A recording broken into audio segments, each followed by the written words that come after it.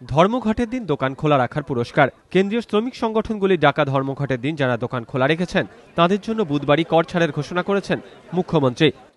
কার কার দোকান খোলা, কার কার দোকান খোলা নেই, কারণ যাদের খোলা আছে তাদের আমরা ধন্যবাদ জানাবার জন্য এটা আমরা করছি, তাদের আমরা কিছুটা ট্যাক্স রিলিফ দেব। মুখ্যমন্ত্রী তড়িঘড়ি পুরস্কার ঘোষণা করলেন বটে, কিন্তু এই ঘোষণা কতটা যুক্তিসঙ্গত? ঘোষণার অব্যবহিত পরেই সেই প্রশ্ন তুললেন আইনজীবীদেরই একাংশ।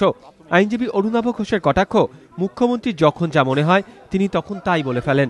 তার প্রশ্ন, কে দোকান খোলা রেখেছিল, কে বন্ধ রেখেছিল, তার প্রমাণটা মিলবে কোথা থেকে? একটা লোককে কর ছাড় দিল, আরেকটা লোককে দিল না, পাশের লোকটা এসে বলে কি আমারটাও তো খোলা ছিল। কে প্রমাণ করবে খোলা ছিল কি ছিল না? পাড়ার 10টা লোক এনে বলবে আমারটা খোলা ছিল।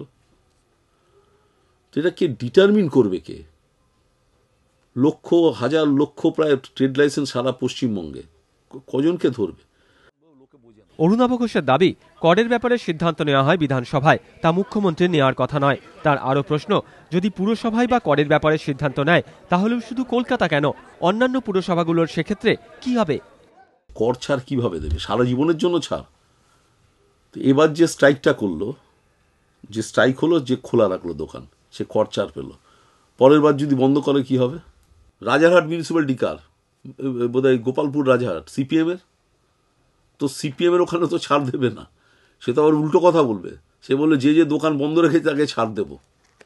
কলকাতায় দোকান খোলা রাখলে ছাড়, সিপিএমের পুরসভা বলে দোকান বন্ধ রাখলে ছাড়। অন্যদিকে মঙ্গলবারই মুখ্যমন্ত্রীর সঙ্গে বৈঠকের পর বাজার দর নিয়ন্ত্রণে গঠিত টাস্কফোর্সের সদস্যরা জানান, ধর্মঘটের দিন যে ব্যবসায়ীরা দোকান খুলবেন না তাদের বিরুদ্ধেও কড়া প্রশাসনিক ব্যবস্থা নেওয়া হবে বলে জানিয়েছেন মুখ্যমন্ত্রী। কিন্তু কর ছাড়ের মতোই এই ঘোষণাও সরকারের পক্ষে আদৌ কার্যকর করা সম্ভব কিনা তা নিয়ে প্রশ্ন উঠতে শুরু করেছে বিভিন্ন মহলে।